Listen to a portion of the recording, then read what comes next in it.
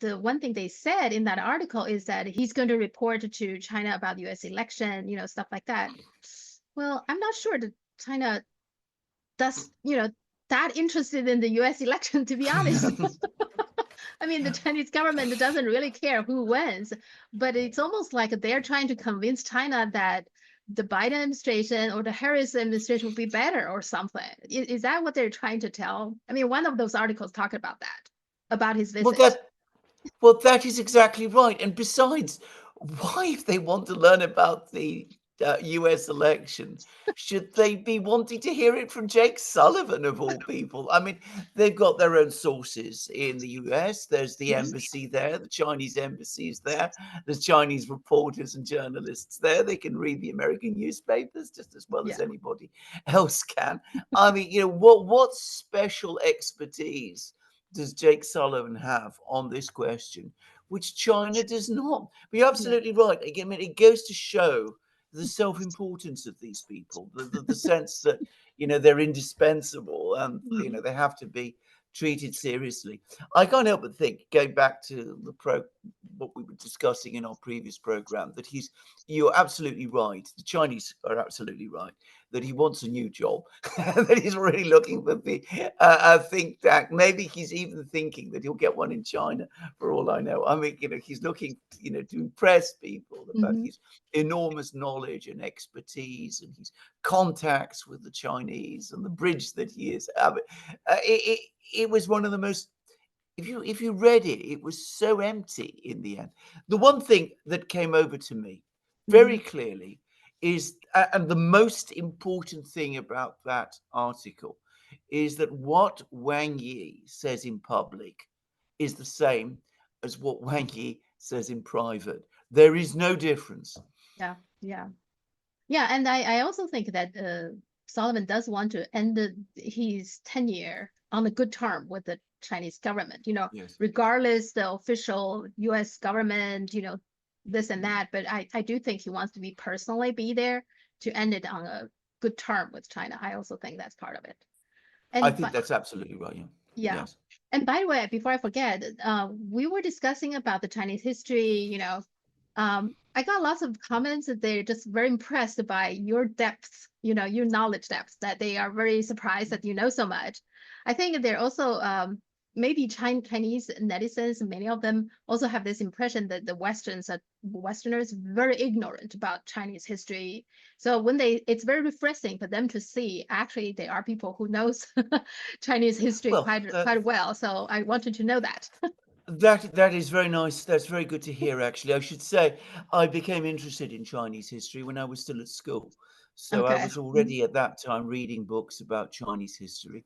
There is a community of people here who are interested in Chinese history. You find lots of books about Chinese history, especially from I have to say this, in the US, and there is a small academic community in Britain which writes with interest about Chinese history.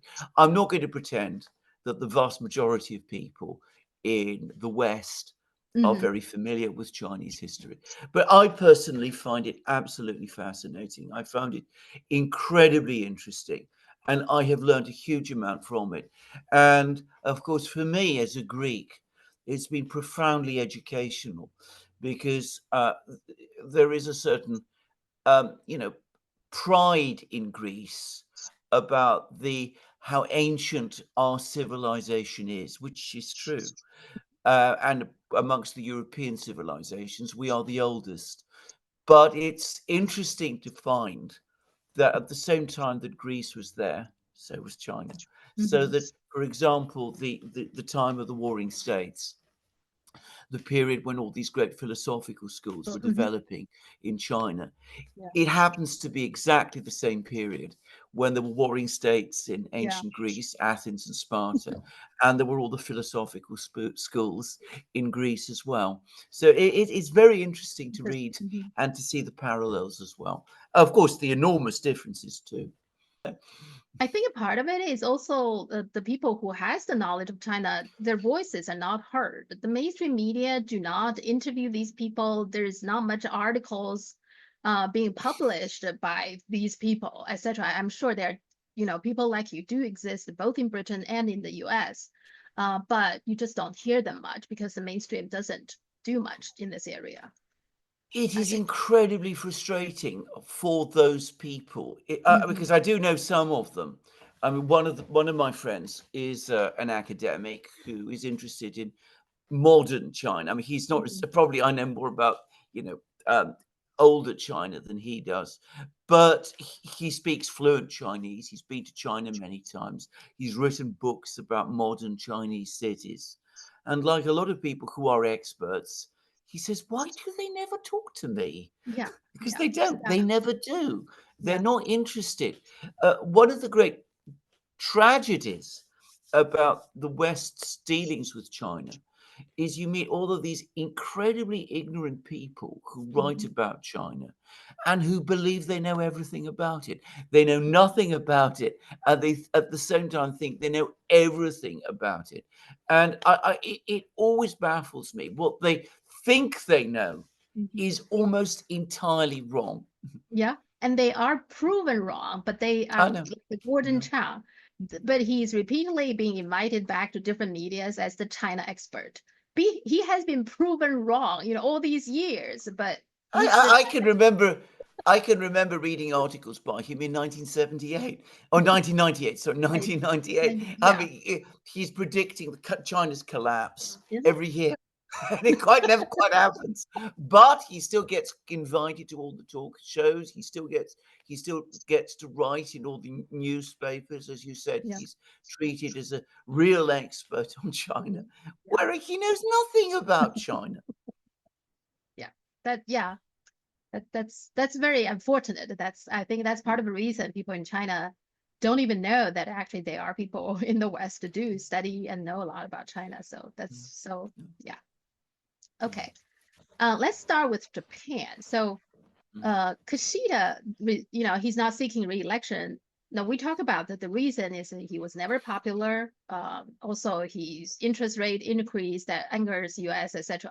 These are all true, but now there's another saying about the real reason, which is the NATO is now pressing Japan to attack Russia, trying to take back the Coral Islands.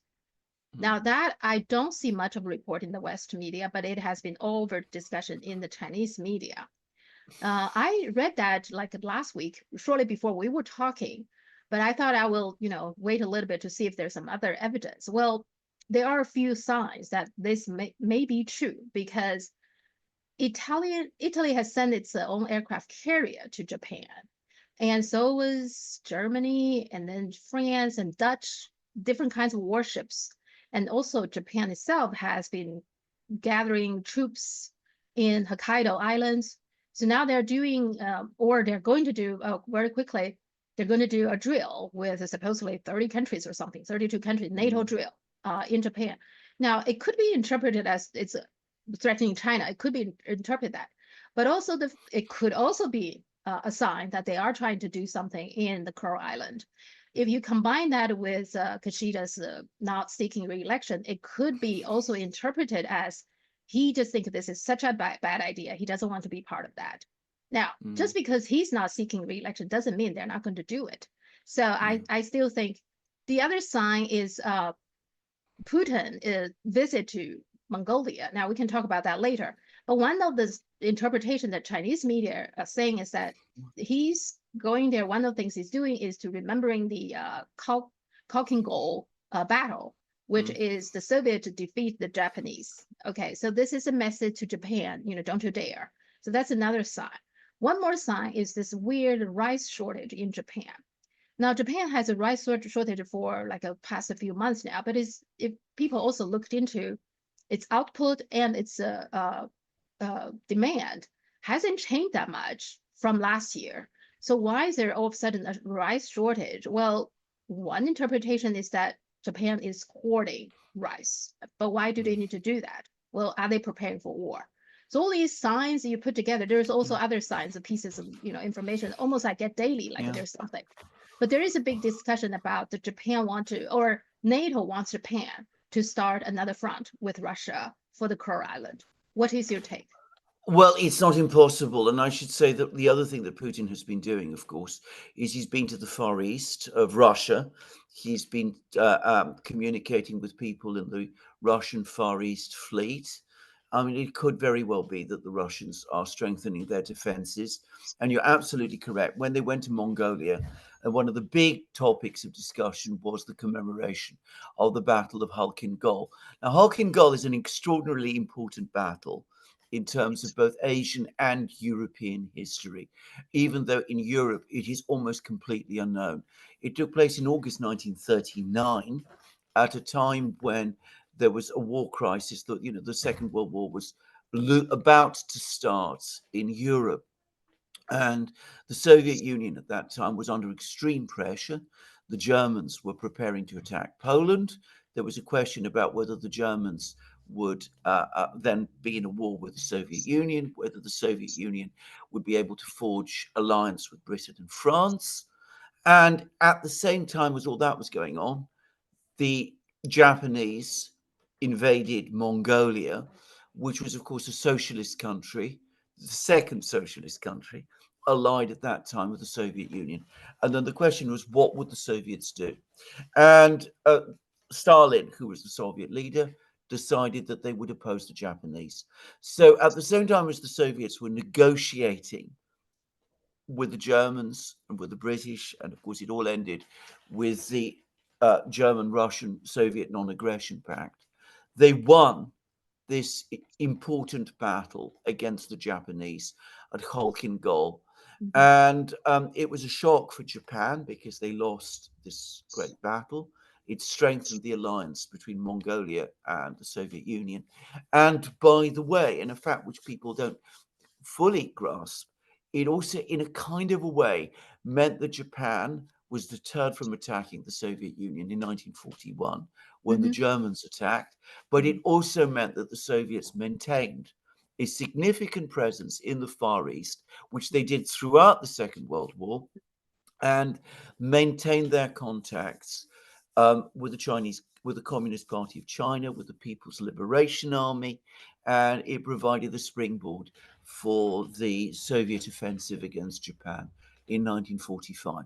There's an enormously important battle, and that was one of the two reasons that Putin went to Mongolia. He went there partly in order to get the Mongolians on side with Power of Siberia too, but also to commemorate Khalkhin Gol, to remind the Mongolians of this alliance, which they remember very well. And of course, you can see that the Russians have been strengthening their alliances in the Far East. They've been involved with North Korea, as we all know, and Putin is visiting the Pacific Fleet. Now, this is an absolutely crazy idea by the Japanese. If they really are going to do something like this, then they've taken leave of their senses, because the Russians will respond. I mean, Japan has got a powerful military, but then, of course, Russia has a powerful navy in the Far East. There was an extraordinary article, by the way, yesterday in the Daily Telegraph, British newspaper, saying that now is the best moment for China to attack Russia, because the Russians are tied up in the war in the Pacific. In light of all of these rumors, one wonders whether what they really mean is not China, but Japan. That it's Japan that they're sort of quietly encouraging. But this would be a disastrous thing. It would be an act of complete lunacy.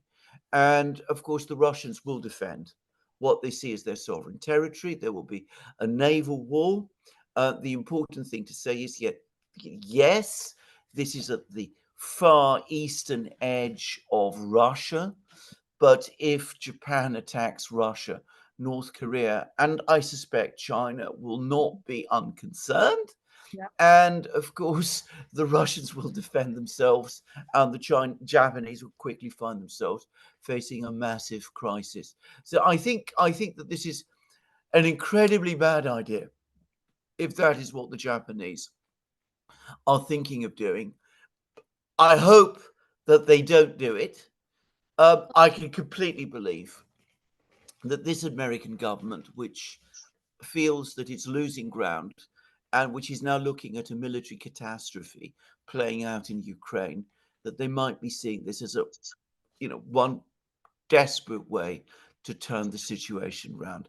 I hope they don't do it. It'd be a disaster if they do. But let's keep our fingers crossed and wait and see. Well, I agree with you. And I guess Kishida himself agrees that this Yeah, would be a disaster for Japan, because let's face it, Japan is not Ukraine. So if yeah, if Russian feel threatened by Japan, they're not going to be showing any mercy. I mean, so I think that's part of the reason he's not seeking re-election. That makes mhm, sense. But yeah, the problem is that NATO probably will put a lot of pressure on Japan. yeah. You see, all their warships are now gathered in Japan. I mean, I don't know whether Japan can resist, this kind of pressure from the United States. I mean, what? Well, well, the political system in Japan is owned by the United Yeah, States. I think this exactly. has been Yeah. obvious for a very long time. One would hope that there are some residual voices, not just in Tokyo, but in Washington itself, would say, look, do we really want another crisis in the Far East with Japan this time, with China and North Korea? Both nuclear weapons powers becoming involved. Do we really want to open another front? Do we want the Japanese Navy destroyed in the Far East when we've been trying to enlist it to fight the Chinese in the Straits of Taiwan? And of course, there's always the enormous danger that nuclear weapons could be used Oh yeah. Oh because yes. Mhm. it's a real possibility. I mean, the Russians have them, of course. Japan, for the moment, doesn't. Japan's a highly densely populated, urbanized society. If nuclear weapons start being used against Japan after a Japanese attack on the Kuril Islands, well, how would the Russians respond? Yeah. How would what would the Americans do? What would the world say? I mean, this is utterly reckless, but it's the kind of lunacy that some people in Washington, I think, might be playing with fire. Now, also speaking of World War II, in China, lots of people believe that now the West would say it is the two atomic bombs that dropped in Japan that ended the Japanese invasion, or ended the Japanese, all the forced Japan to surrender. But in China, lots of people believe it's actually the Soviet Union, because Japan didn't immediately surrender after the two atomic bomb, but some people in Japan, pretty powerful forces, still believe they could somehow win this war because they were occupying Manchuria in China, and they had, I think, 700,000 troops there in Manchuria. So there's a theory that some Japanese high officials believe as long as they can hold on to Manchuria with their 700,000 strong soldiers there, even if they lose Japan, they can still somehow fight back. But then once the Soviet declared war with Japan and came in, the Red Army came in, that's when they lost their hope. That was their last hope that they know it's not going to materialize. And that's when Japan surrendered. Do you agree that assessment? I don't. It's not just I who agree with that assessment. I think many historians do, including, by the way, I believe many Japanese historians do. If you actually look at the debates that were taking place in Tokyo at this time, but one thing the Japanese took some time to understand what the atomic bombs were, but the military crisis in China, in Manchuria, when the Soviets intervened, was in effect a death blow to them. They understood at that point that there was no conceivable way that they could end the war, win the war. Now, the important thing to say about the Asia War is that um, the narrative about it that the West has constructed is almost completely wrong because it is purely focused on the naval conflict between the United States and Japan. And, without in any way denying its importance, which is real. I mean, the Americans did conduct a very effective naval campaign against Japan. The main war, the one which killed far more Japanese, was the one that they were fighting first against China, in fact, overwhelmingly against China. That was the war that bled them dry. That was the war that exhausted their resources. And of course, also ultimately, the final knockout blow was when the Soviet Union joined the war, the war that the Chinese people had been fighting against Japan ever since 1937, and in fact, to a great extent, even before. The West has shifted the actual center of gravity of that war. They talk about it, as being a war fought over various island chains in the Pacific. Whereas, of course, the real war was the one that was fought in China, in Manchuria. That's where the big armies were. That's where far and away the greatest number of people, millions of people, died. That was the real war in the Pacific. Not that you would ever get Americans to see that. It there's the battle, of narratives. And it's part of it. This story about World War II is also very important for the West to, I guess, to make the cases to support it. Whatever their action today is, somehow they save the world, right? They save Asia. And that's why I think it somehow justified their hegemony in the world, their control and dominance in Asia. I got the feeling that's part of their justification, that they somehow saved Asia. That they are. Yes. Yeah. There is a huge part of that. I mean, it has a political, it serves a political function. This narrative. It's also true that every country which is involved in a war always imagines itself to be the biggest participant. I mean, you see this with the British. The British, after 1940, became a very secondary player in the Second World War. But that's not how the British perceive it. They still think of themselves as, fighting the Germans almost single-handed, which is completely not true. And the Americans, understandably enough, have an exaggerated sense of their importance in fighting Japan.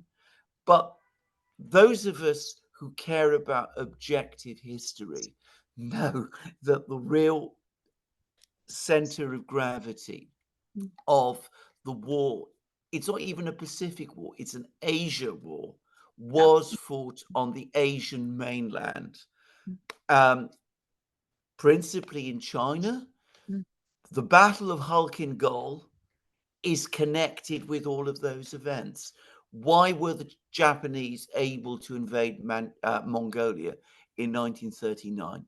Because they were already there, occupying large areas of northern China in connection with the war they were fighting against the Chinese people. And of course, they were very hostile at that time to the Soviet Union and wanted to push it out of Asia, because at that time already the Soviet Union was, to a certain extent at least, an ally of the Chinese. So, I mean, all of these things are connected with each other. Talking about which connecting to each other. Apparently, this we talked about the China-Belarus military drill, right? Well, there is more to that story, because I just thought Belarus China want to show that China is supporting Belarus and to just to send a signal. Well, apparently, if I remember correctly, Belarus very quickly joined the Shanghai Cooperation, and then immediately followed that was the drill, China-Belarus. Well, the whole thing happened is because it seems like more and more evidence showing that NATO was serious about attacking Belarus. That they're first, before they're doing the Kursk incursion, their first was thinking to attack Belarus, to open a second front.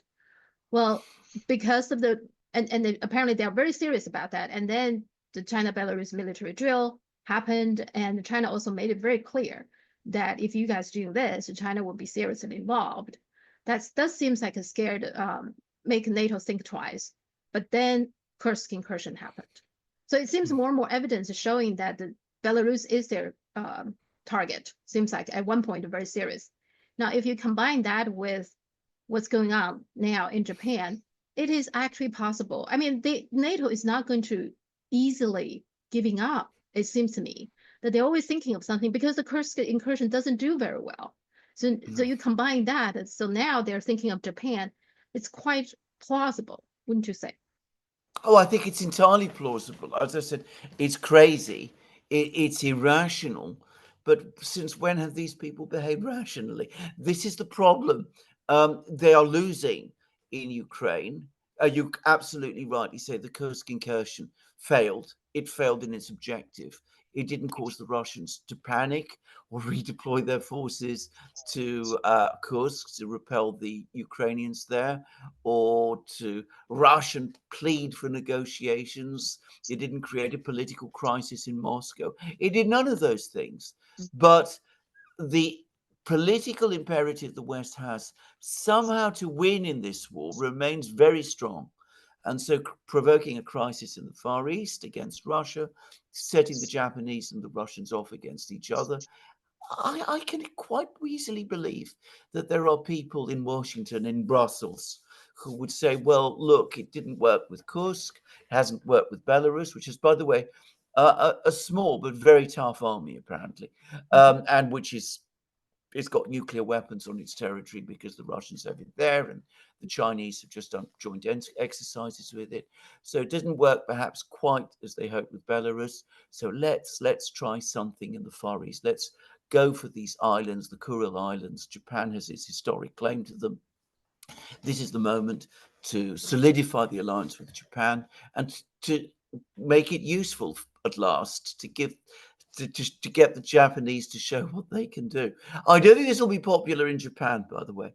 Yeah. I'm not very well connected with Japan. I used to be many years ago, but I suspect that most people in Japan, if they woke up one morning and found that their country was at war with Russia, would not be happy. But there we are. Well, you're correct in saying that if they start this attacking the Kuril Islands and basically declare war with Russia, North Korea will withdraw because it's not long ago they established this basically de facto alliance agreement. So North Korea very much will get involved. Well, if North Korea get involved, China and North Korea has also alliance agreement. Correct. China will withdraw in as well. But isn't that possible that that's what the U.S. wants? U.S. wants China to get involved some kind of a proxy war, don't you think? Well, it's possible, but what does the US gain ultimately? I mean, by the way, I agree. I understand that there aren't that Americans don't make these calculations very well. Just as they thought, if they started a proxy war against the Russians in Ukraine, that would bleed the Russians dry. They may be saying to themselves, if we start a conflict between Russia and Japan, that will drain China and complicate China's position in some way. It's going to do the opposite. It's going to horrify the world, and it's going to be eventually create a crisis for the USA. But quite plausibly, that is what some people think. One of the great problems about American policy making is that it's discussed, things are discussed and decided by a very, very small number of people operating in secret, not just in secret from the rest of the world, but in secret from their own people. Yeah. And even large parts of their political system. So they don't get advice from experts and military people and economic people and things of that kind. So when decisions are made in this sort of way by people who imagine themselves to be much cleverer than they really are, and who are at the same time very, very ideological and very motivated and very angry and very frightened, you can easily imagine the kind of mistakes that get made. It's a point which I made many times, both in Moscow, where I understand the political system fairly well, and in Beijing, where I understand it less well, but I can nonetheless see the political system in operation. Policy making is very structured. They make policy in a very structured way. Experts are consulted. People go through all the various possibilities. They weigh very carefully their decisions before they make them. It isn't like that at all in the United States. Yeah. Also, I was just thinking, all the wars, it seems more or less related, right? That if you look at World War One and World War Two, World War Two can be saying is like a extension of World War One in a way. I feel it's very much related. And then what World War Two did, I mean, I feel like that during the World War Two, there were fightings, of course, and then there were meetings and negotiations. So they seems like had agreement on how to divide the world, right? That they had meetings. Now, what they did was how to divide Europe, East and West, the Soviet bloc and the US bloc. They did that pretty clearly. What they didn't do is they didn't divide, or arrangement was not set up in Asia. Now that's, I think, part of the reason after World War II, Asia has so many wars, the Korean War, the Vietnam War, the Afghanistan War even, and Indonesia coup. I mean, all these things seems related to the fact that the World War II does not have a clear arrangement for Asia. Part of it, I guess, because the US think they have China in the bag. And so as long as that's the case, they had the Asia more or less. But of course, that's why they were so angry that they lost China. Do you think that's why This is exactly this is right. This is correct, but I think that a little bit of explanation of the history might be useful. The key thing to understand is that the world wars, World War One and World War Two, insofar as they related to Europe, never really were resolved. Now, the plan was, the intention, the agreements that were made during the Second World War between the Allies was that after the Second World War, there would be a peace conference. A peace conference bringing all the major powers, Soviet Union, United States, Britain, France, Germany as well, by the way. And there would then be a negotiation and a general settlement to agree European peace. Now, after the Second World War, the Soviet Union remained committed to holding a peace conference. The United States, Britain, and eventually France joined them, were not, because they were worried that if there was a peace conference, because the Soviet Union was by far the most powerful country in Europe and had made the biggest contribution to the Allied victory, that it would then have a preponderant influence in the peace conference and in the eventual post-war settlement. The result was that in Europe, we got the Cold War, the division of the two blocs.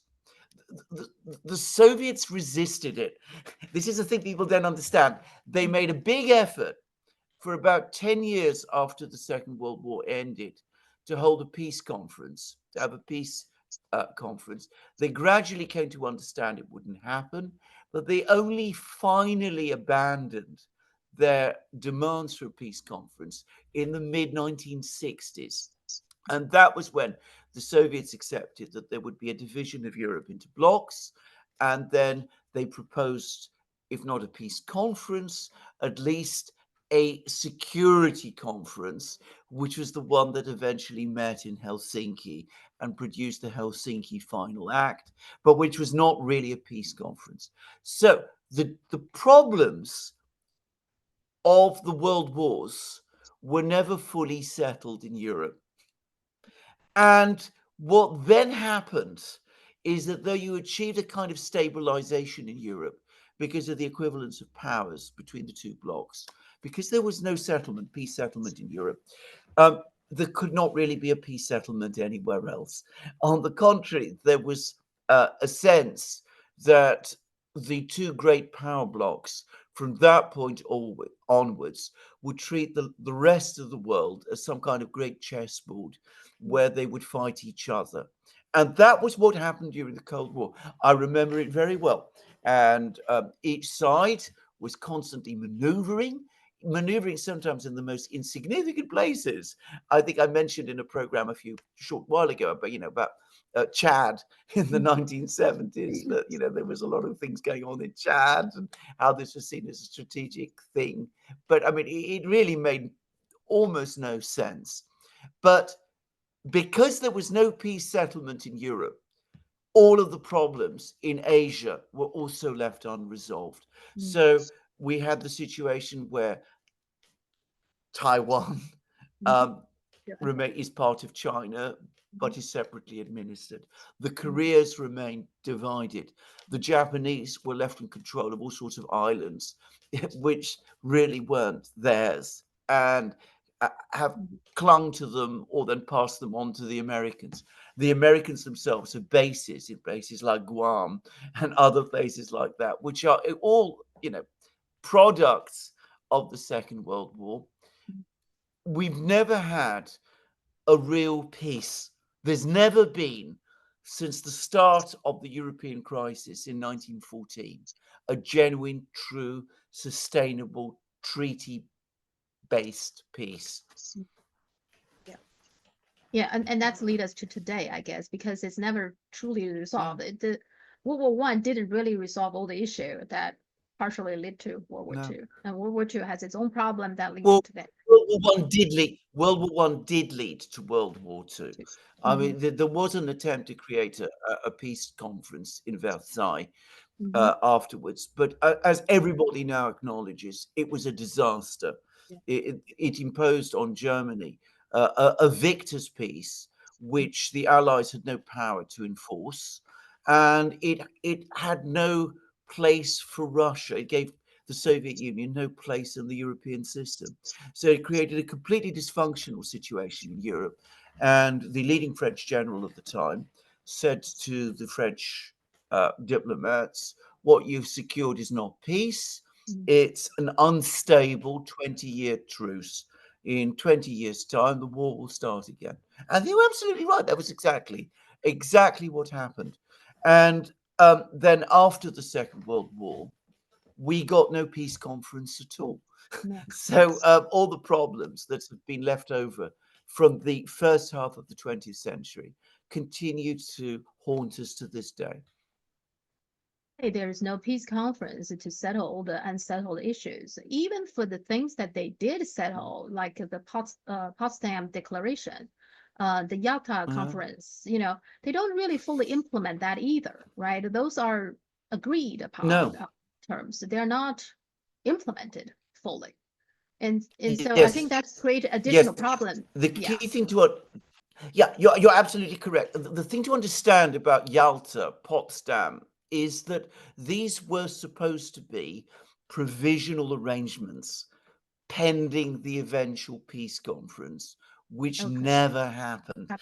I mean, that's a critical point which people don't understand. But you're absolutely right. If you look at Potsdam, the Potsdam arrangements, for example, there was the decision, for example, to divide Germany into sectors. So Soviet sector, American sector, French sector, British sector. The Soviets allowed the Western Allies into Berlin, and Berlin was divided into sectors as well. That created the framework for the division of Germany and ultimately for the German crisis, which has never really ended, by the way. I mean, we can see this now with the political events in Germany itself. And it also meant that Germany became, in effect, an occupied country, which to a great extent it still is. But those arrangements, by definition, were intended to be temporary. The problem was that instead of being temporary, they became permanent. And again, there were supposed to be all German elections. And the Western powers cancelled them. They didn't allow all German elections to take place. In Japan, it's almost the opposite problem. Japan also, the Potsdam also had divisions within Japan, which never happened. Well, in China, people see that because it never happened. And of course, after the World War, the US really supported Japan against China and Russia, I mean, Soviet. That make Japan feel like they didn't really lose the war. They lost it to the United States, and that's it. And United States seems happy with them then, shortly after. Then they feel like they're entitled for a lot of things, even though Potsdam also clearly stated that Japan does not have claim, like you said, to all the islands are surrounding. They only have claim for 4 major islands. That's it. They don't have claim, but they did. And it created a lot of confusion, but also it kind of encouraged the Japanese military wing of the society continue to be there. They sometimes they got stronger even. So that's the problem in Japan, it seems like. It is exactly the problem in Japan. Again, I have some experience. I mean, I've never been to Japan. I should make that very clear. But once upon a time, in the 80s and early 90s, I worked for various Japanese businesses. I mean, did legal work for them. And I met several people who had been Japanese soldiers who had fought in China, by the way, and who had witnessed terrible things that the Japanese army had done, and who had themselves, as they admitted to me, done terrible things. And these were tormented people. And what they all told me, because, it's not always easy to get through to Japanese people, but I did. I got on very well with them and I understood them. What they all told me was this. After the Second World War, Japan was ready for a major change. That after the defeat in Japan, all of these soldiers felt deeply betrayed, that they'd been led to do terrible things. Many of them were Buddhists, and this was created within them a deep psychological crisis. So Japan was ready to change, to start addressing its past, to start re-looking at its own history. Most of what you think you know about Japanese history, I believe, by the way, is invented. All the samurai stories and all of this. I mean, it's a lot of it is folkloric legend, which is constructed into history. This is my view. Anyway, there was a lot of desire to do this. The Americans came along. They said, we keep the emperor, we keep the whole system intact, we protect the emperor, we don't attach any blame to him. We make sure that all the officials protect him, because that's what they did. They all took responsibility and pretended that the emperor hadn't been involved. They all pretended that the emperor was some sort of peace-loving moderate, when the historical objective facts say otherwise. And the result was that the political and military class that had led Japan to disaster and which had carried out such appalling crimes in China and also in other places was retained and prolonged and continued in power.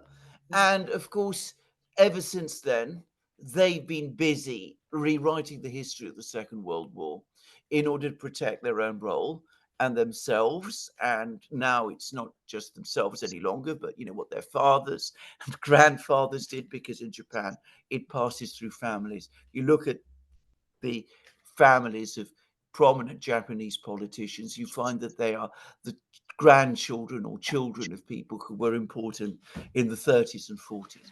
So, they've completely reconstructed a completely false history about the Second World War and have basically indoctrinated the Japanese people into thinking this.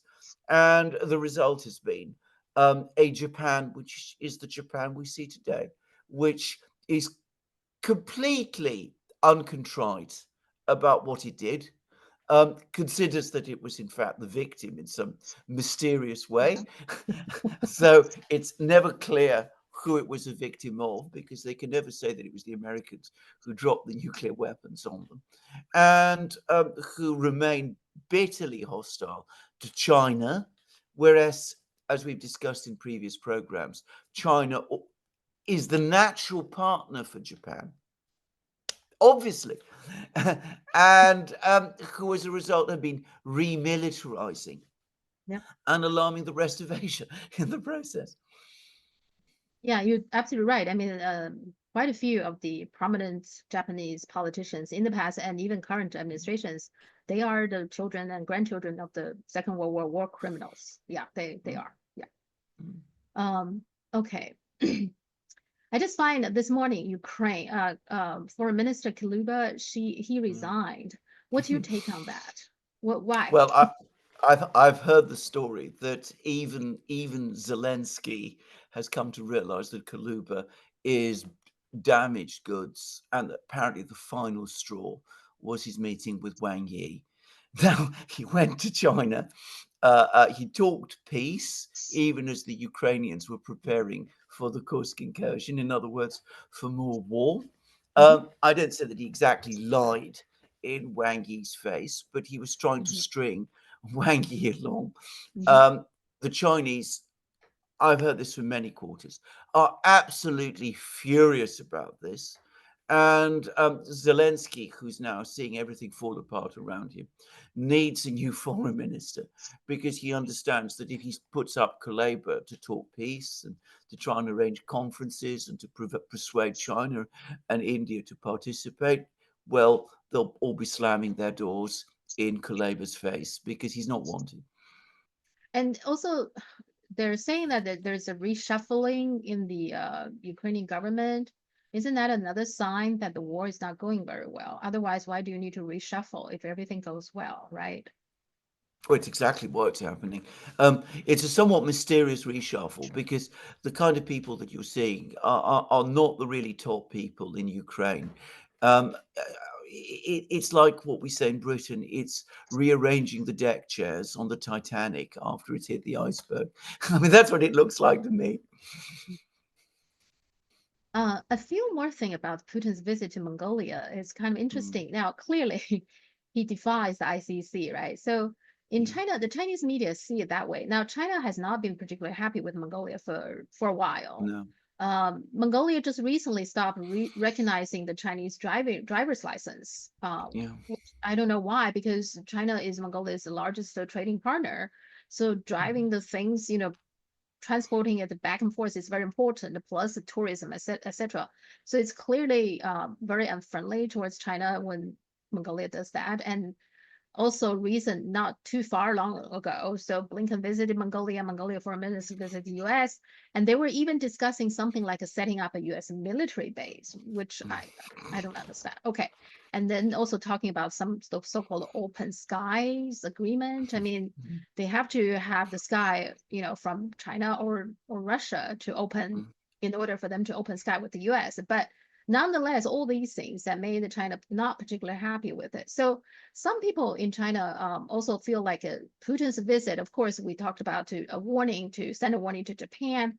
But the fact that the defined ICC basically making Mongolia to take a stand because you either supporting full-hearted with the West or mhm. you should stand with the China Russia.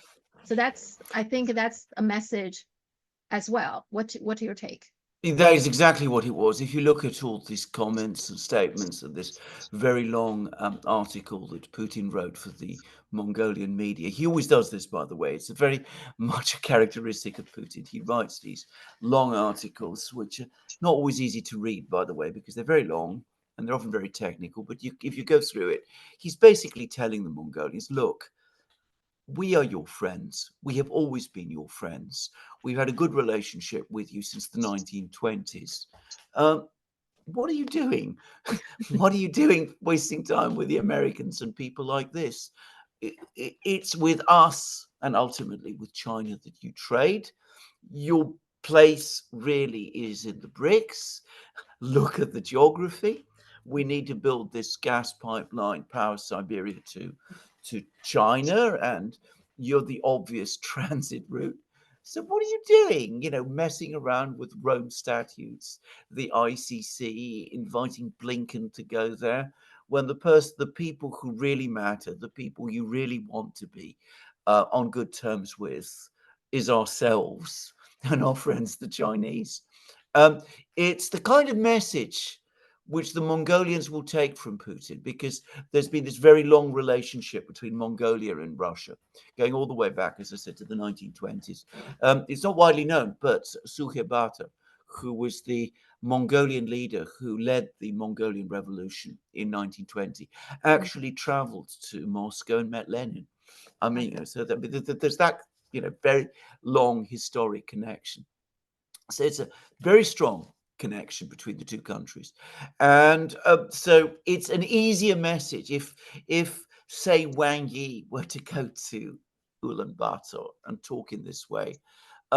It might be seen as rather more, I won't say threatening, but more China dominating Mongolia and say you've got to do what we say. But Russia, because it's the old friend, because it's not as mighty as China is, especially in that area. It's the kind of message that the Russians can give, and which the Mongolians can put their pride to one side and listen to and accept.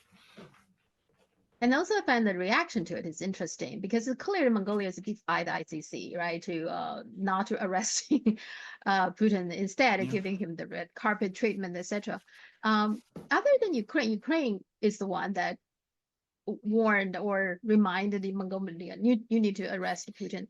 But I don't hear much else other countries saying anything. Why is that? They just Well, because they realised that if they started complaining about this, the Mongolians would be even more obliged to take a stand against them than they are already.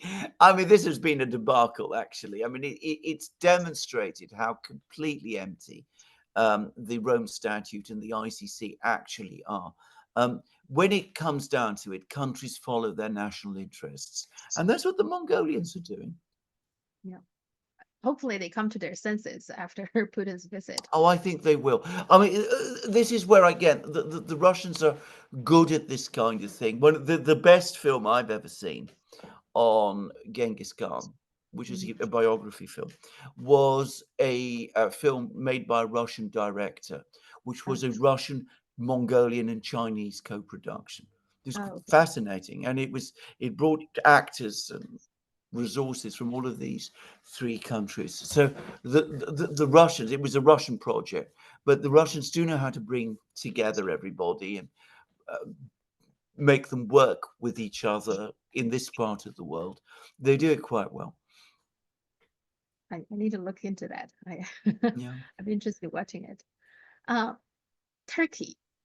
Turkey just applied to join the BRICS. Now we talk about the BRICS as temporarily suspend the, to let any country in, but it's just trying to work their own internal process out, right? Eventually they will let more people in. So Turkey now applied to join the BRICS. What's remarkable about this is I don't see much report about that in the Western mainstream media, as if I think this should be a very, very important major event because Turkey is a NATO member, an important NATO member, but now wants to join BRICS. What's your take?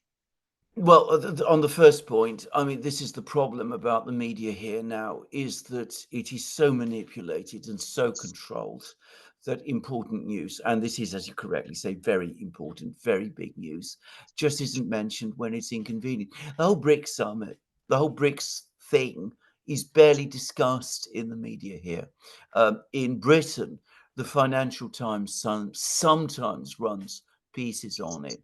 But if you're looking at the rest of the media, the BBC, the Daily Telegraph, the Guardian, the Times, you wouldn't know that the BRICS even existed. It seems astonishing, but it's true. It's a very, very big event. It's Turkey making this application.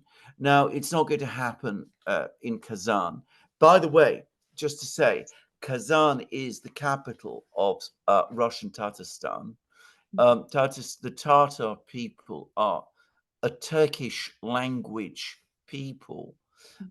So, this is an important moment when, the BRICS meet in Kazan, which is a Russian city, but also a Tatar city with Turkish connections. And the Turks come along and say that we want to join the BRICS. And the thing that makes this very important is, in a kind of a sense, joining the BRICS is what makes sense for Turkey.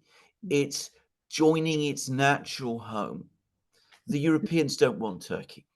I mean, NATO wants Turkey, but it wants Turkey in a purely manipulative sense because, they want to keep Turkey to control access to the Black Sea and to have the basis on which they can terrorize the Arab nations and all that kind of thing. But they don't really have any fundamental feeling or connection to Turkey. Erdogan has not always been the wisest leader that Turkey has had. He's played Turkishness, and he's tried to expand Turkish influence in Turkish areas. And he said that he's going to stand up for the Turkic people in Central Asia and in the Caucasus and Xinjiang region, annoying many people in the process. But it goes beyond him, because this Eurasianist movement that has been there in Turkey actually precedes him, and it has been getting stronger and continues to get stronger every year, and it has supporters in every political party and political force now. So I'm not saying that this is, Turkey is totally committed to BRICS. There will still be some people in Turkey who hanker after the old connection with the US, but it's their natural home. It's the place where they can work, they can talk to the Russians, they can talk to the Chinese, they can talk to the Iranians, who are their neighbors, and they can feel that they're taken seriously, that they're accepted, that they're a major player, that the economic links and connections make sense. So the further it goes, the less reversible it becomes.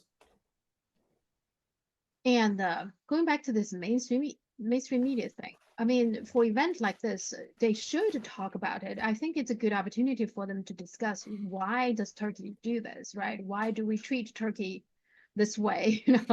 The EU has been rejecting Turkey for all these years, but their way of handling this, I guess, in the West eye, this is bad news for them. So their way of handling is just not to talk about it, right? That's how they deal with the problem now.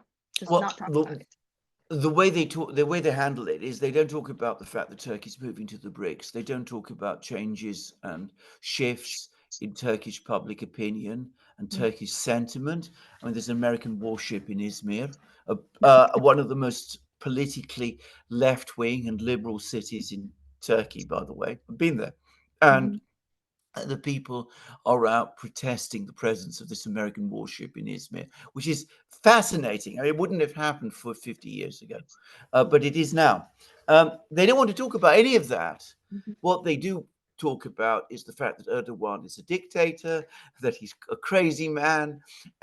There is a powerful group in Washington. There's even a lobby group that's actually been set up and circulates media things, which is headed by John Bolton, which wants to regime change him.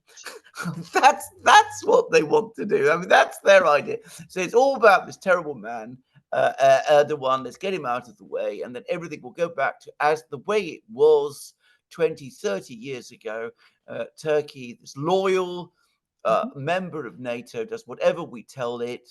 It applies to join the EU, and of course it's always pushed back to the end of the queue because nobody really wants it in the EU, but it just loyally follows our orders. And that's as far, I think, as they can think. Yeah. Okay. German election. Okay, so now the AfD and the BSW, one is being regarded as extreme right, and the other, I guess, also Sarah Wagenknecht is now being also regarded as extreme right or something. I don't know. Some places call her extremely left. But anyway, those two, the so-called extremists, are now doing well, much better than, for example, the Green is no longer. I don't think they got enough. They didn't pass the 5%, at least in one of the provinces, I think. But anyway, so for me, the result is now the West media is saying, okay, this is so shocking, whatever. I find that the most shocking part to me is it took the German voter this long for them to realize that the ruling party that they have in place now is not really working very well. They're not serving the best interests of German. So that's the only surprising to me. The result itself, I'm not that surprised. What do you think? You are absolutely correct. Now, I think the reason why it has taken this long goes back into Germany, German history. Firstly, Germany has been a very successful country in the last 50 years. And that means that there has been huge trust in the political system. People believe that the German political system has, they believe in it in a way that they don't quite believe in it in Britain. So if the German chancellor comes along and says something, then people tend to accept that it's true. The media in Germany is even more controlled than it is in the United States and in Britain. It's an astonishing fact, but it is true. And when I say it's controlled behind every German newspaper. You will find an American foundation. It's again a legacy of the Cold War era, but the Americans have the German media completely sewn up. So that also plays a significant role.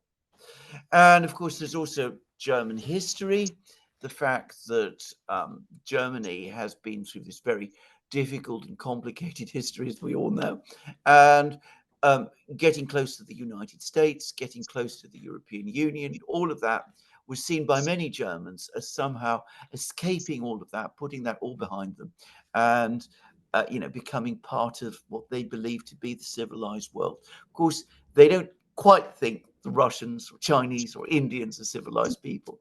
The Americans are. But that sentiment in Germany does and did exist. Now, what has happened? Oh, and the final thing to say is that for a lot of Germans, the SPD, the Social Democratic Party of Germany, which is the ruling party, it is the oldest party in Germany.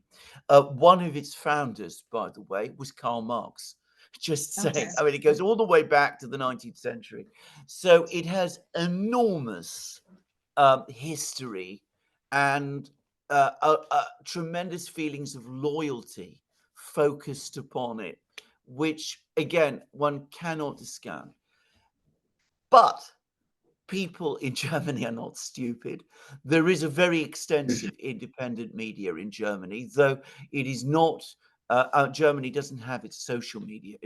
There's no German social media platforms, but there is a significant independent media culture in Germany. The situation economically is very bad. People are starting to question the way that the war in Ukraine is going. And I think I mentioned I was in Germany a few weeks ago, Mhm. and I was very struck by the shift amongst the people that I saw there. And this was in Western Germany, mind you. That they were worried about the war, they were worried about the economic situation, they had no confidence in the German government, they despised the Green Party, which many of them recently had supported. This was a social democratic area, so they were shocked by the behavior of the SPD, which was so completely unlike what they thought. So it's not, as you said, it's taken a long time to happen, but it is happening now. And if we now go to the BSW, the thing about it is that forget all the rhetoric. It's talk about far right is ridiculous. What it is ultimately is the party that is now stands by the political traditions that one used to associate in Germany with the SPD, with the Social Democratic Party of Germany. I mean, it believes in a mixed economy. It believes in strong social security systems. It seeks peace. It seeks good relations with Russia. All the things that, as I said, the SPD used to stand for. Yeah. It's you pointed out, right, those two provinces, Saxony and Thuringia, they are They used to be the Eastern Germany provinces. And the Guardian said this, I find interesting. It says that the election results underline the festering cultural differences between East and West 35 years after the fall of the Berlin Wall, with many voters in the former communist region highly receptive to anti-Western and pro-Russian appeals. I would say it's the opposite. I think East Germany was very much stopped believing in the Soviet-style communism, and they were eager to join the West Germany, and they pulled down a whole wall to join the West Germany. It is the West who, I think, let them down, wouldn't you say? Yes, I completely agree. I am entirely in agreement with that. By the way, I should tell you that we've just done an interview with an East German, well, somebody who comes from East Germany, Michael von der Schulenburg, a German aristocrat, as you can guess, but he's a member of the BSW and a friend of Sarah Wagenknecht. And basically, he's making exactly that point. He was there when all the protests against the communist government happened in East Germany. He remembers them. He remembers how peaceful and orderly they were, how it's all about democracy.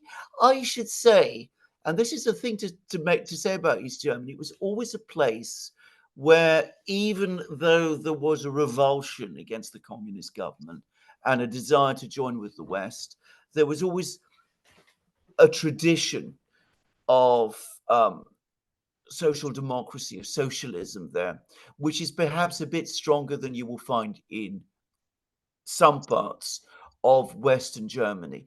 But fundamentally, you are right. They are very disappointed by the kind of Germany that they've joined.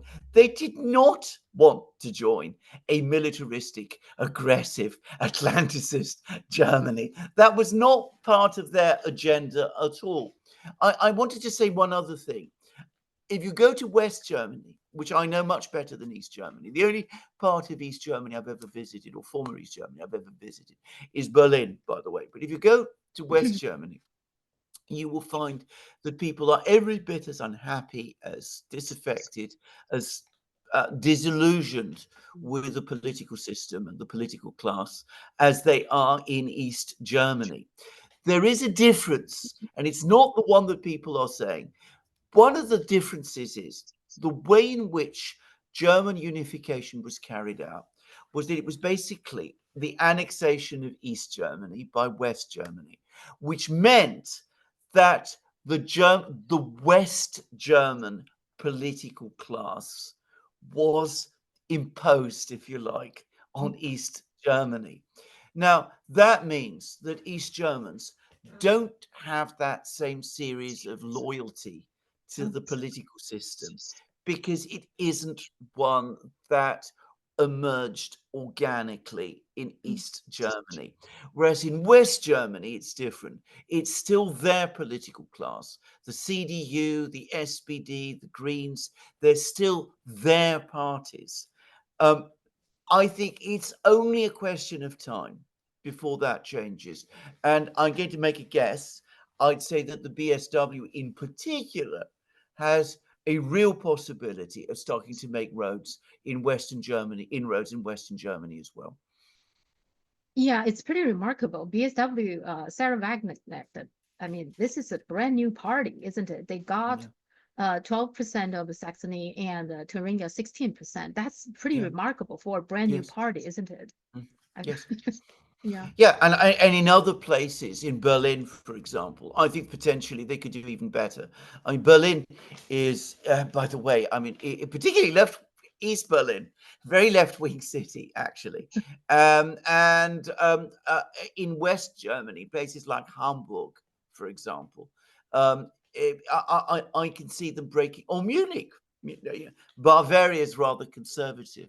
But Munich itself, again, I think it's the sort of place where I could see them breaking through in the sort of more traditional working class, social democratic areas, the coal and steel towns, the engineering places in Stuttgart, in all of these places. I could definitely see that a lot of the people there would look at the BSW and say, "This is us." What they're saying is what we think.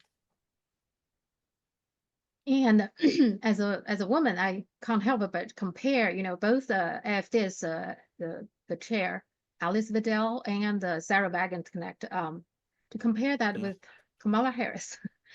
Now, sorry, I know it's a strange comparison, but I do because in the meantime, Kamala Harris is giving an interview on CNN. The Yeah. overall feeling, I mean, I feel like after I watched the whole thing, I just don't feel like she has much of an energy. She's much younger than Donald Trump. I find that Donald Trump, whatever you feel about him, but when he's out talking, he always seems very energetic. I don't feel the energy there, being a much younger person. And also it's odd, we say, okay, finally she gives an interview, but it's not really her, it's she and the waltz, right? Why Yeah. does she need this kind of emotional support or something? Yeah. What's your take on that interview? Well, I thought exactly the same. I mean, I listened to it, I watched it, and at the end of it, I said, "That's it? Is that all?"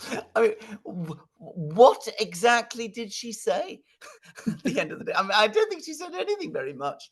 I've already forgotten it, most of it. I mean, there's nothing there to take a real grip and handle on because there isn't anything. Um, Waltz was there basically to act as her minder to prevent the interview getting out of control because one gets the sense that he's a rather more experienced and solid figure than she is. He understands how to run politics better. But Kamala herself, I thought came out as a completely empty vessel. I just didn't see anything. I mean I don't have anything to add to what you said really. Yeah, yes, there's no substance in those interviews. No. Even though I do think Dana Bash did ask us some good questions, but she Yeah. didn't ask follow-up questions. I think No. that's whatever Kamala Harris's answer, she just took it, right, without Yeah. pressing for more. But my guess is you can't get much out of it, even if she did press for more. She just very seems like floating the ideas and some concept that may or may not be making sense and without any concrete substance in there. That seems overall that's how Kamala Harris answer questions. That seems like, yeah. Yes, that's exactly what I have to say. I think that we've probably passed the peak of Kamala Yeah, yeah. mania. Actually, I mean, I've heard some reports that the polls are starting to turn Mhm. against her, Yeah. and I wouldn't. I mean, I haven't seen them myself, but I wouldn't be surprised if that was so. I There was a lot of excitement around her, which is completely confected and I get the sense it's all. I mean, because it's running on empty. That is what I think. That's the point you're making, and I think it's absolutely the right one. This whole campaign is running on empty. Um, she doesn't seem to have a compelling reason to give Mhm. for why she should be president. She doesn't want to become president now, which by the way she could. I just saying, I mean she's the vice Mhm. president.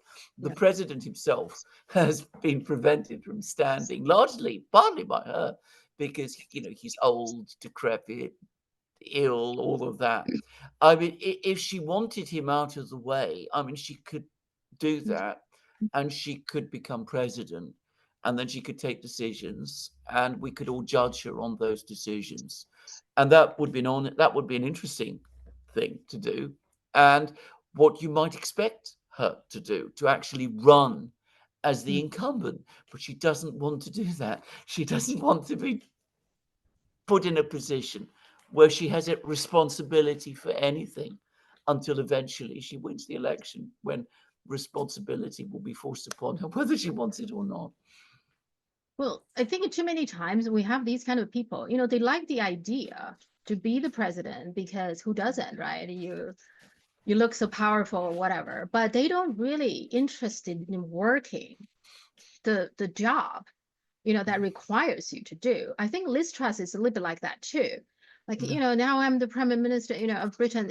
But what exactly are you going to do? There's a lot of tough decisions you need to make, right? It's a Yes. hard job. I don't think they're quite interested in that aspect of being the leader. Don't you think? This is completely correct. And I mean, I would add something else. I mean, they're the sort of leaders. The Liz Truss is a good case but I'm sure Kamala Harris is no different. They're not the sort of people who are prepared to work at their desk for 15 hours a day, go Yeah. through all of the reports, listen to the experts, come to decisions. Which is, by the way, the sort of leader the United States absolutely needs at this time. I'm not sure Trump can do that either, by the way, but you can make excuses for him. He's rather old, but Mhm. I don't get the sense that Kamala has any interest in or desire to do that sort of thing. Putin works like that. Mhm. I have no doubt at all, having listened to what he says, that Xi Jinping is like that also. Yeah. I mean, Yeah. he's somebody who has a complete grasp of everything that he has to deal with. And you can only acquire that through hard work. Yeah, I agree. I mean, this whole idea, like working vacation, what is that? Right? What is working vacation? I don't believe that at all. And they talk sometimes about work-life balance. No, if you're the leader of the country, you don't have work-life No, balance. You can have work balance to take your priorities, what you work on, but you can't have work-life balance. But otherwise, this is not your job. You shouldn't be doing this. I always believe that this so-called work-life balance, it's bothers me if you are the leader of a country. I don't believe that at all. that is completely correct. I mean, it's obviously being the leader of a country is a tremendous privilege, but it's also a tremendous responsibility. And leaders who forget that, who want the privilege but not the responsibility, in the end, are not leaders. No. Yeah. And we talk about it in the aristocracy countries.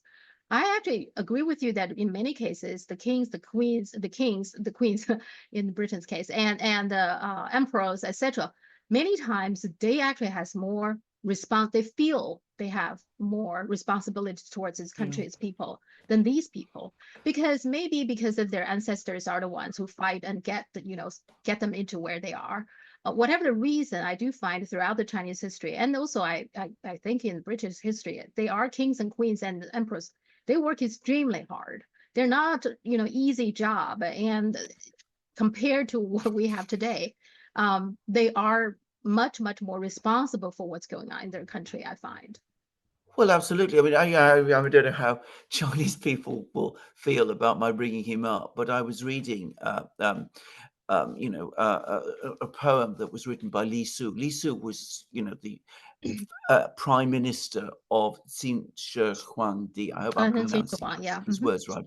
Anyway, Yeah. he wrote a poem in which he said that the emperor, he didn't um, he didn't count. He did when he had all these documents that he had to work with. He didn't measure them by number. He measured them by weight. I mean, Yeah. there were vast numbers of documents that he had to go through. And whatever you may think of him, and I know that people have different views about him in China. Look at what he achieved. He united China. He built the Great Wall. He standardized weights and measures. He sorted out the coinage. He built the roads. You can't do that sort of thing unless you work incredibly hard. The first Ming emperor, I remember I was reading the kind of work day that he had. Mhm. He was a Yeah. tremendous worker. Oh, He was a phenomenal worker. And again, he didn't just set up the dynasty, but he put China in a very strong economic and political foundation. And all leaders in Chinese history followed since then have been that way. I mean, all the way going back, I suspect, to the Duke of Zhao and all of the other leaders of antiquity. People work hard. You can't yes. work otherwise. If you read the Chinese texts, it's taken for granted that the Mhm. leader works hard. If you Yes. read what all the various advice that was given to Chinese leaders, always the assumption was that they would work hard.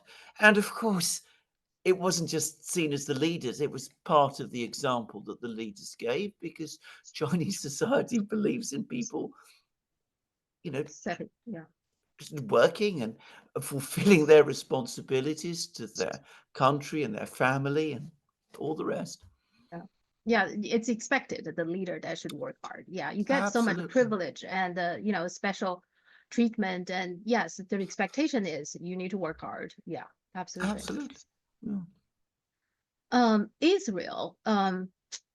There are protests in Israel, but that doesn't seem to make any difference. Netanyahu will continue to do what he's doing. Is it that the Iran is not going to officially retaliate, but keep on supporting different groups to attack and harassing Israel? Is that what we can see what's going on now?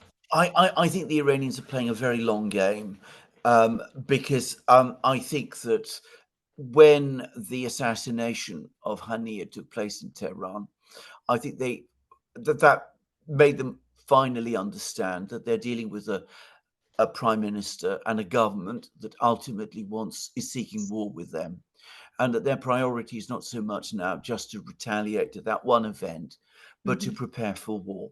And I think this is what Iran is doing, actually.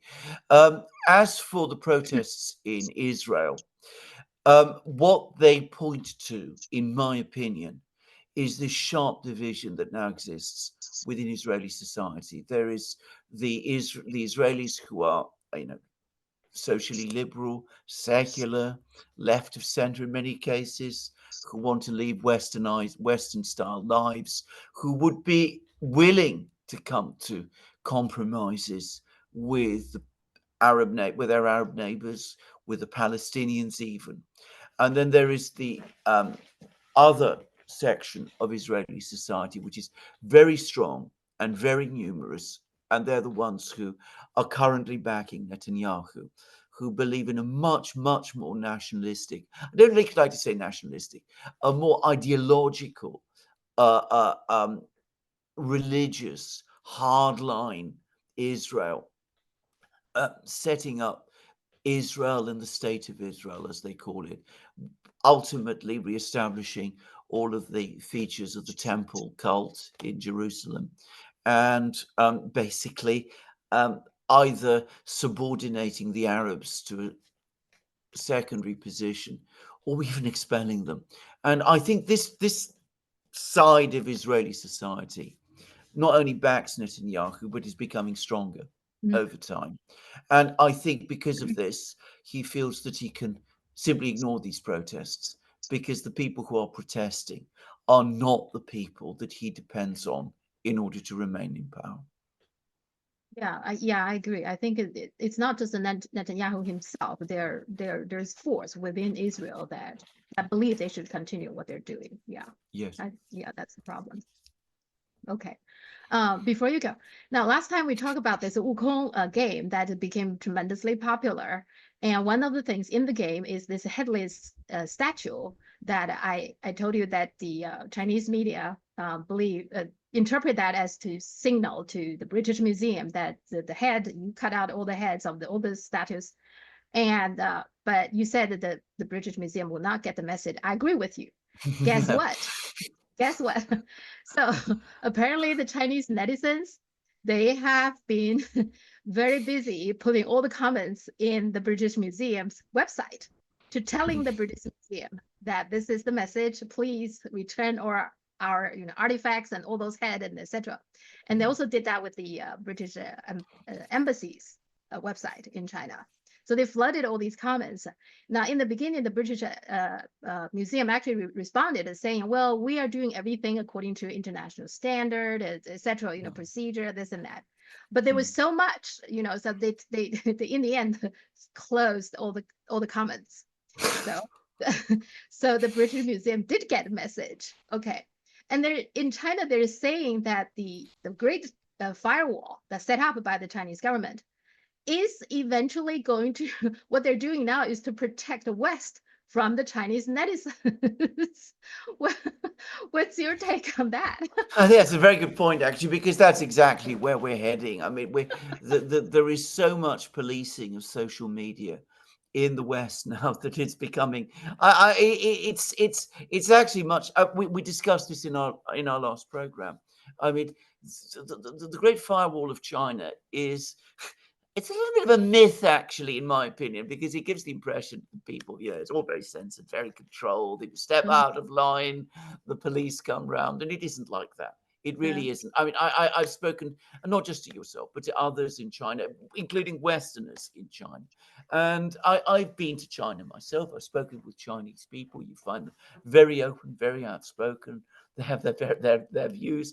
They say things about China that can be very critical about aspects of life in China, though I should say I have not yet met a single person from China who was not very proud of his or her country and very patriotic as well.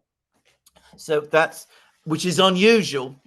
I mean, it's very different from Russians. You find Russians who absolutely hate their country by comparison. It's refreshing to find that Chinese are not like that. No Chinese I've met is like this. But anyway, in the West, it's becoming otherwise. And I mean, obviously, we're having firewalls starting to be built. We have a major campaign in the media here about the importance of having firewalls. Robert Reich, who was Bill Clinton's Labor Secretary, is publishing articles saying that the First Amendment is out of control and we need to have as tight restrictions as we can. And I'm afraid there's a sinister development because in Britain, they're now starting to arrest people. I mean, they arrested a man called Richard Medhurst, whom I know, not very well, but a little. Actually, I was speaking to him on Monday, but they took him off a plane because they said that some of the things that he was saying were, out of bounds and shouldn't be allowed. And they've arrested and searched the house of another journalist. They're doing all sorts of things. And of course, the most interesting fact about all of these events is that the British media doesn't say anything about them. You wouldn't know that they had happened because the Guardian, the Telegraph, the BBC, all of those don't report it. So that's the real firewall. That's the firewall that's coming. And of course, if they're protecting themselves from the netizens, well, I think that's good for the netizens. By the way, just to say, nothing will embarrass the British more than something like that. The idea, the perception that the Chinese are more outspoken, more active, more willing to raise protests, to remind the British also of their imperial and colonial legacy, which is something that the British always want to run away from. They don't want to talk about it. At least they do want to talk about it. It's always about, the civilizing mission, the way they created, they united the world economy and the railways they built and all of that. Anyway, all of this is putting them on the back foot, and I will enjoy it. I just feel like the netizens are constantly, impress me by their initiatives, right? They would just flood to the British Museum website. I even didn't think about it, but they apparently did. They're very savvy. The netizens are very savvy. I find that's very interesting. And so now the British Museum knows that. I look forward to reading the angry articles that will appear inevitably in the Daily Telegraph about how Xi Jinping is personally orchestrating campaigns against the British Museum. Because I can tell you, as night follows day, they will come. Yeah. And it's also explained, right, why they hate this game, right? This Black Mint Wukong, because it's all started, start all these. So that's so they can't just say it's a bad game, but instead they say, oh, it doesn't have a DEI, whatever. They keep on saying that, trying to dismiss the whole thing. But I can understand that. Okay. All right.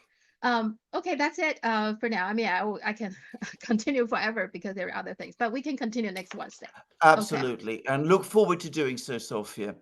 Before you go, one very quick question, which is TikTok. Is TikTok actually a presence in China? Is it part of Chinese social media within China? There are two versions. There's TikTok, and then there's Douyin, which is the Chinese version of it. And the company trying to separate the two, they really do not want to give the US government any excuses to say, okay, this is, the Chinese government, this and that. Yeah. So they actually separate the two very well. So you really cannot easily get access to TikTok. You can have Douyin, but TikTok itself, the overseas version is not available in China. So Interesting. that Okay. there's I a just special Chinese version for it. Yes. Yeah, because a friend of mine asked me this.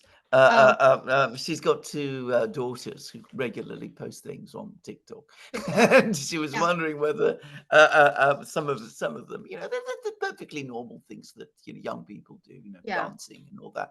So she's just wondering whether people in China can see them. No, I just people don't. They said I'd see, ask. Yeah. yes. Yeah. Yeah. But she should post it in Douyin. I think you can see Douyin. I mean, there I'm are sure you ways you can. can get to Chinese course social you can. media to post things. Yeah. Of course you can. But Of course yeah. you can. Maybe gradually more and more people will discover them. We will see. Yeah. I mean, Yes. yeah. Yes. Okay. Thank you, Great. Sophia. Thank you. See you Right. next time. Right. Bye. Right.